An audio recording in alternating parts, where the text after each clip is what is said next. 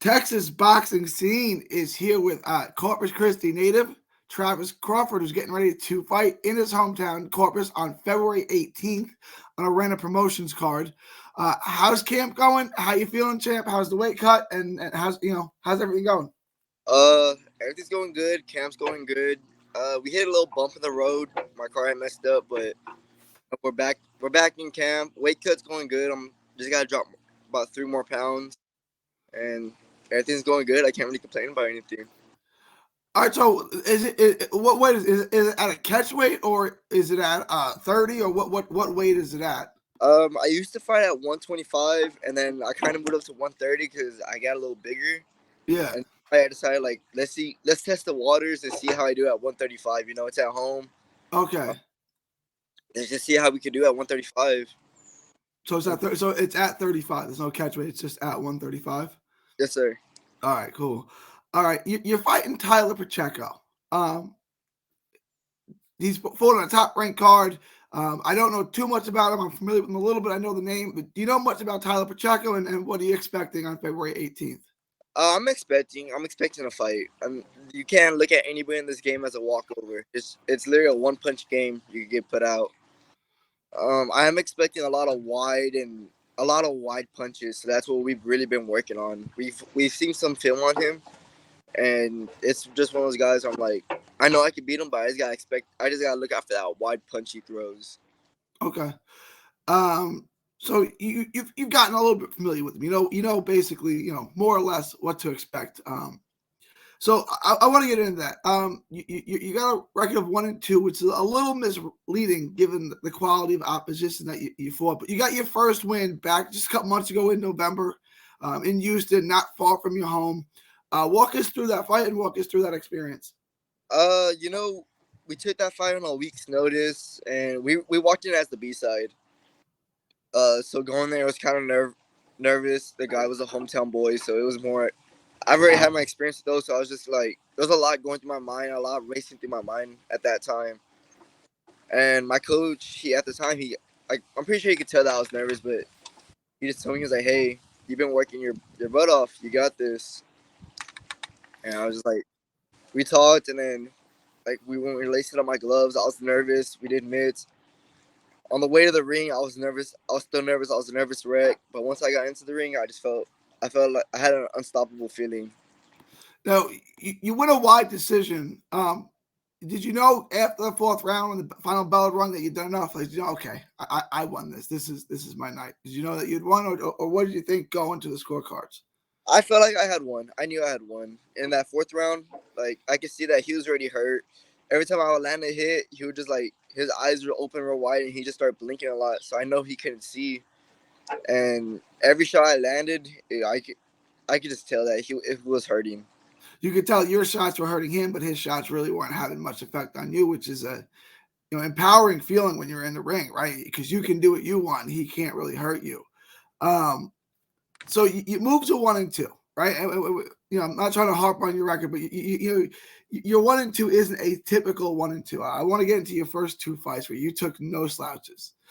In your pro debut, you fought the X-Men, Xavier Bocanegra, who's from the Rio Grande Valley. He trains with Top Rank, amateur standout, amateur superstar. Tell me about that fight. You got a call. You said you wanted to turn pro.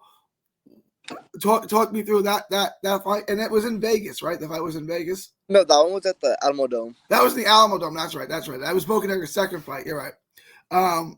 Talk me through that fight. So again, fighting not far from home. But you're fighting against this really touted guy who's got one of the best trainers of all time in his corner. He's part of this great camp. What's going through your head, and what's your mindset going into that fight?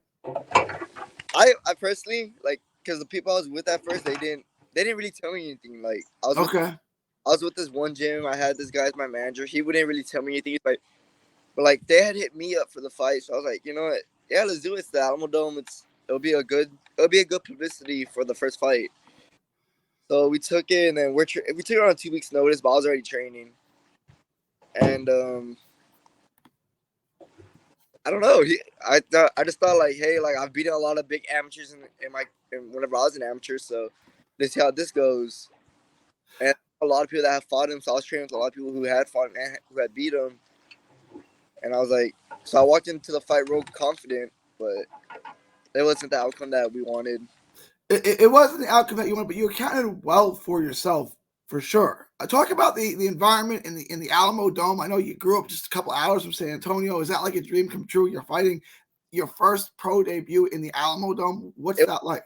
it was extremely nerve wracking. Like just being able to be around like a whole bunch of people who are superstars. There's a lot of big names there. So I was kind of like, what the heck? Like I'm really here.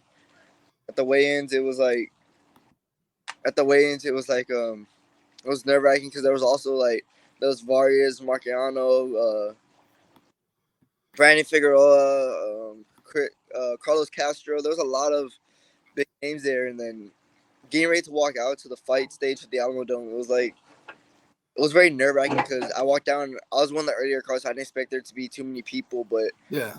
as soon as I step foot out, I just see this swarm of people. I'm like, oh shoot! Yeah, it's just different than my amateur fights, right? I mean, this is different.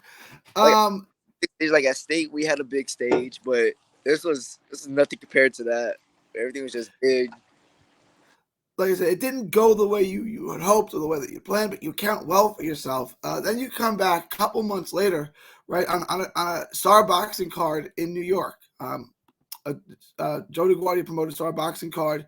You fight really well against a really touted prospect, Ronnie Rio, someone star boxing has really big plans for. You lose a split decision, I think it is, majority decision, but you Yeah. lose a really, really competitive fight. A, do you think that you were way better than they expected? And B, did you think you deserved a decision? I definitely know I was way better than expected because whenever in the background they were talking about, oh, if he was gonna knock me out and everything. But if I'm being honest, I personally feel like I won, or if it should have been a draw. It, yeah, I got like Gordon's a good friend of mine. I got back. I've seen the card. I had it 2-2. I thought it was a draw. You're fighting a New York fighter in his hometown. I mean, I guess you can't be shocked it didn't go your way, but like, I kind of expected it. Like I went to the end. I was like, I know I did enough to win, but I know I didn't do enough to win here. it's tough. And when you come in as an opponent in someone's hometown, that's gonna happen to you, right? Like I had this conversation with Maurice Hooker when he won a world title in England. He's like, I know I won the fight, and he's fighting Terry Flanagan, who's from England. He's like, but I didn't think I did enough.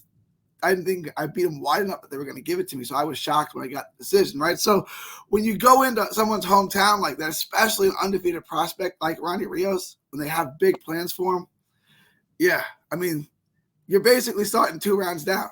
Like you got to dominate that fight and drop them. But you counted really, really, really well for yourself. How would you rate that performance? And is there anything you could have done differently to maybe eke out the decision? To me, there was a lot I could have done different. I was too nice during the fight. I feel like, and then there was times where like there was punches I threw that were too wide, and if I would have thrown them a little shorter, they would have landed a lot better. My angles were a little too wide, and there was just a lot. I feel like I give that performance a solid 5 out of 10. But Okay. I feel like if I would have done like a lot better, I feel like I don't know. I just know I could have done better. You did well, and like I said, you accounted well for yourself. What was that like? How did you find out about that fight, and how did they get in contact with you? And what was that experience like going all the way up to New York to fight? We were supposed to fight him for my pro debut, but we got the call for the Alamo Dome, so we were like, Okay. Alamo Dome beats a little card in New York, and Oh, for sure, yeah. and so the second fight comes around, he beats this one guy named Hector Bacetta from Corpus. Mm-hmm. Like, you know what, like I'm gonna go, and I'm gonna beat him. So we take the fight. We're in training camp, but there was a lot of like, again, I was with the same team that I was with down here that put me in the Bocanegra fight, and just a lot of arguing, a lot of just butting heads leading up to the fight with that team and management. So, mine was really on the fight, but there's just a lot of other stuff going on with that team. So I want to take a step back here, right? You said you had a pretty good amateur career. You beat some good amateurs. Talk a little about your start in boxing. Like, how old were you when you started, and talk about your amateur career. I started young. It's just I didn't really take it serious. I was always in football and wrestling, and I had my first fight when I was about 14, and I don't know. I was just always on and off, on and off. I was always in and out of the gym just because I wanted to keep playing football. And then it was one year I had broke my ribs in football, and I was like, oh, this kind of hurts. I don't want to do this as much anymore. So about when I was, I want to say 16, I started taking boxing more serious. Started fighting more. Started getting into more tournaments, and we just went on from there. And it's worked out well for you now. You're developing into a pretty good pro. Like I said, there hasn't been a card in your home city of Corpus Christi since 2018. So how old are you now? I'm 20. So you're 20. So the last time there was a card in Corpus, you were 15. I don't even know if you're old enough to even remember that. But Corpus has a pretty good fight history. There was Gilberto Ramirez on that card. Evander Holyfield has fought there. Paul Williams has fought there. I mean, there's been big fights in Corpus Christi.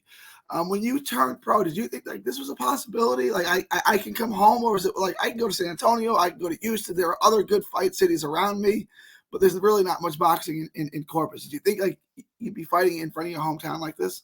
It was always a dream. Like I used to always like talk to my girlfriend, like, hey, I really hope they have this card in Corpus, like or card in Corpus, so I can just fight in front of everybody because, everybody can make it out to Houston, San Antonio. Life happens. You can't get off work. Being an adult, it happens. Yeah. And now being able to be so close to home, you don't have to go out too far, or being at home, you don't have to. It's a lot easier for my family to come see me. So that's the biggest thing for me is that I'm gonna be able to finally have my family there.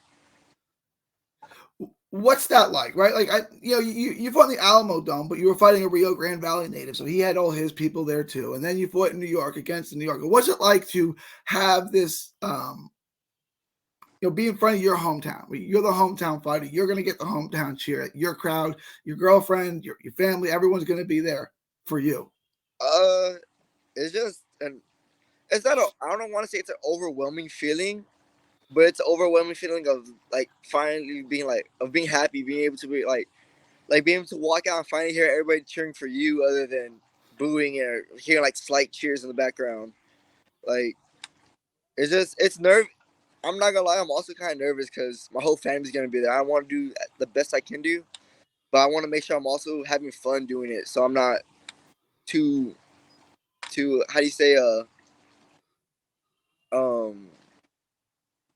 too stiff. I don't want to go out there too stiff because I'm nervous about how I'm looking for my family. So I just want to go out there and I just want to have fun. You're in there with the right opponent. Somebody you got some information on, some footage of. You obviously got the skill set to put on a good show. Assuming that you do win, I want to ask you, how is 135 feeling? Do you feel better at 35? Is it 30 better? What way are you gonna move? Are you gonna move forward at? Do you think? Are you gonna wait to see how your performance looks? To me, it's just gonna depend on how my performance looks. I normally fight at 130 because I'm not short.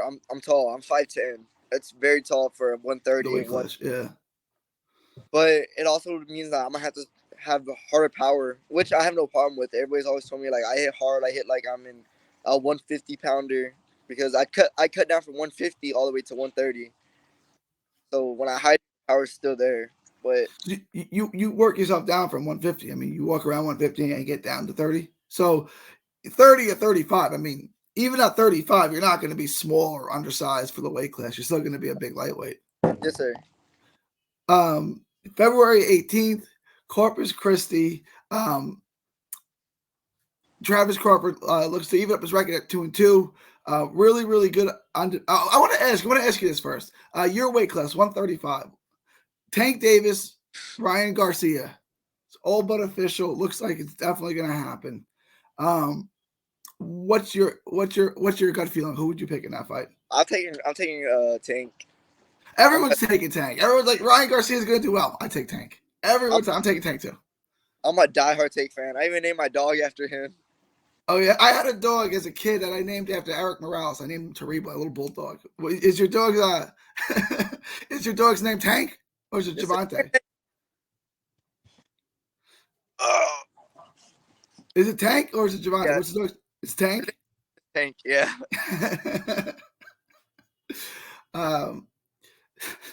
That's cool. That's cool. Travis Crawford, February 18th. Can they hit you up for tickets, or how does everyone get tickets? How can they come see you fight on this summer? last day you can hit me up for tickets, but I believe you can go to CC Boxing and get some tickets. Or if you can't make it down, we do have a pay-per-view link, and you can click on that and show your love through the screen. Travis Crawford, Corpus Christi native, coming home to fight in Corpus on February 18th. Tell everyone where they can find you on social media, champ. Instagram is TravisC_361, and Facebook is Travis Crawford. Looking forward to seeing you fight. Thank you for your time, and God bless, champ. Thank you for your time. God bless you too.